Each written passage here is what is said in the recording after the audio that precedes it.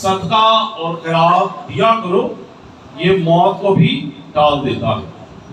اور اس کے لیے ہم کلام مقدس میں سے مقدس متی کی انجیل اور اس کا جو ہے ہم دیکھیں گے 6واں باب اور دوسری آیت سے لے کر 4تھی آیت تک، یہاں پر لکھا ہے پس جب تو خیرات کرے تو اپنے آگے نرسنگا نہ بجوا، جیسے ریاکار عبادت خانوں اور پوچھوں میں کرتے ہیں، تاکہ لوگ ان کی بڑائی کریں۔ میں تم سے سچ کہتا ہوں کہ وہ اپنا اجر پا چکے۔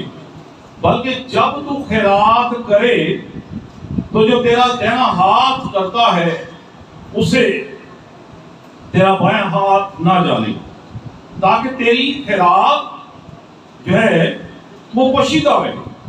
اس صورت میں تیرا باپ جو پوشیدگی میں دیکھتا ہے تجھے بدلہ دے گا۔ یہاں پر مسیح خداوند کے منہ مبارک سے یہ مسیح یسوع جو الفاظ استعمال کر رہے ہیں، کسی اور شخص نے نہیں کہا۔ یہ مسیح خداوند جس پر ہمارا ایمان، ہمارا بھروسہ، ہمارا توکل ہے، اور مسیح خداوند نے کیا فرمایا کہ جب تو خیرات کرے تو اپنے آگے نرسنگا نہ بجوا۔ نرسنگا بجوانا ہوتا ہے ڈنڈورا پیٹنا، اعلان کرنا، شو آف ہونا، لوگوں کو دکھانا کہ اسی بھی کوئی نیکی کا کام کر رہے ہیں۔ بعض لوگ تو پوشیدگی میں کرتے وہ کسی کو بتاتے نہیں کہ انہوں نے کیا کیا ہے، اس لیے خدا ان کو اجر دیتا ہے۔ ہم کہتے ہیں 4 بندوں میں ہمارا نام ہونا چاہیے، لوگوں کو پتا چلے، محلے میں ہمارا نام ہو، ہم بڑا نیکی کرنے والے سامنے ہم فرنٹ پر آ کر یہ ایسا کرتے ہیں، اس کا اجر نہیں ہے، اس کی بلیسنگ نہیں ہے۔ اب کلام مقدس میں خدا یسوع مسیح نے فرمایا کہ پس جب خیرات کرے تو اپنے آگے کیا ہے، نرسنگا نہ بجوا۔ نرسنگا جو ہے نہ بجوا، بلکہ جب تو خیرات کرے تو جو تیرا دہنا ہاتھ کرتا اسے تیرا بائیں ہاتھ نہ جانے، تاکہ تیری خیرات جو ہے وہ پوشیدہ ہے۔ پوشیدگی کے اندر یہ ہے ہماری برکت کا جو ہے وہ راز ہے۔ اور صدقہ اور خیرات، صدقہ جو ہے ہم دیکھتے ہیں کہ یہ لفظ جو ہے صداق سے نکلا ہے، جس کا مطلب ہے صداقہ، اور جس کا مطلب ہے کہ انصاف کرنا۔ اب صدقہ خیرات جو ہے جب ہم یہ دیتے ہیں، سب سے پہلے خدا کی خوشنودی کو حاصل کرتے ہیں، خدا کی راہ میں ہم اس کو جو ہے وہ خرچ کرتے ہیں۔ اور صدقہ خیرات جو ہے یہ ہم محتاجوں کی مدد کے لیے کرتے ہیں، جو غریب، لاچار، جو آپ کی مدد کے مستحق ہیں، جو آپ سمجھتے کہ واقعی یہ ڈیزرونگ ہیں، ہم ان کو صدقہ اور خیرات جو ہے وہ دیتے ہیں۔ پھر صدقہ اور خیرات جب آپ کرتے ہیں، آپ بہت ساری پریشانیاں سے جو ہے وہ نجات پاتے ہیں، آپ کی پریشانیاں ٹل جاتی ہیں، آنے والی آفتیں ٹل جاتی ہیں، آنے والی مصیبتیں ٹل جاتی ہیں، خدا آپ کو موت کے منہ سے جو ہے وہ نکال دیتا ہے۔ تو اس لیے ہم کہتے ہیں کہ صدقہ اور خیرات دیا کرو، یہ موت کو بھی جو ہے ٹال دیتا ہے۔ پھر اگر ہم دیکھیں کہ یہ موت کو ٹالنے کا جو مطلب ہے، اس کا مطلب کہ خدا عمر کو بڑھاتا ہے، خدا عمر کی درازی جو ہے وہ عطا کرتا ہے۔ اور صدقہ اور خیرات جو ہے یہ ہم خدا کی راہ پہ خرچ کرتے ہیں۔ اب جب ہم اس کو خرچ کرتے ہیں تو اس میں پھر کمی نہیں ہوتی۔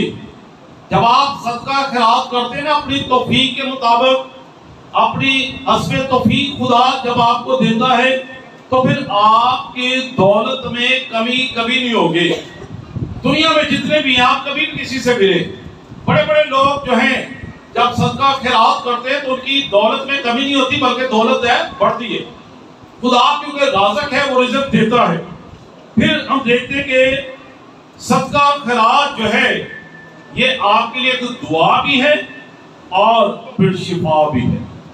خداوند جو ہے آپ کو جو ہے بچاتا ہے، اور صدقہ خیرات کا جو ہے وہ اجر جو ہے وہ ملتا ہے، اس میں رزق بڑھتا ہے، رزق پہ کمی نہیں ہوتی۔ اور پھر ہم دیکھتے ہیں کہ اس کا مطلب یہ عدل و انصاف کرنا۔ اور پھر ہم دیکھتے ہیں کہ اگر ہم دیکھیں اسرائیل کے اندر، تو اسرائیلی جو ہے یہ صدقہ خیرات جو ہے وہ لازماً ان کے لیے فرض ہے کہ صدقہ اور خیرات دینا۔ ان کی برکت کا راز ان کی سرفرازی کا راز، کیونکہ خدا نے ان کو حکم دیا ہے اور وہ خدا کے حکم کے مطابق کرتے ہیں۔ اب صدقہ خیرات جو ہے وہ جو ہے اس لیے کرتے ہیں تاکہ وہ خدا سے جو ہے اس اجر کو جو ہے وہ لے سکیں۔